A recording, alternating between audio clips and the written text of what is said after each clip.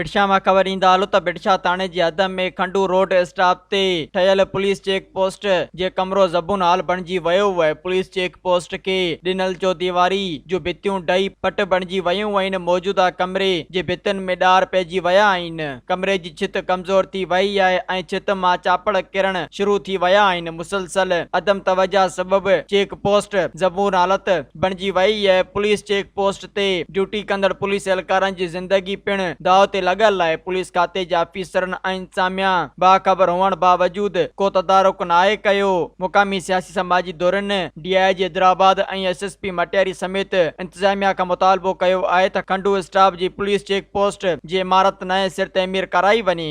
मज़ीद ख़बरनि ऐं तफ़सीलात लाइ विज़िट कयो असांजी वेबसाइट www.awamiNewsHD.com ऐं ॾिसंदा रहो अवामी न्यूज़ HD।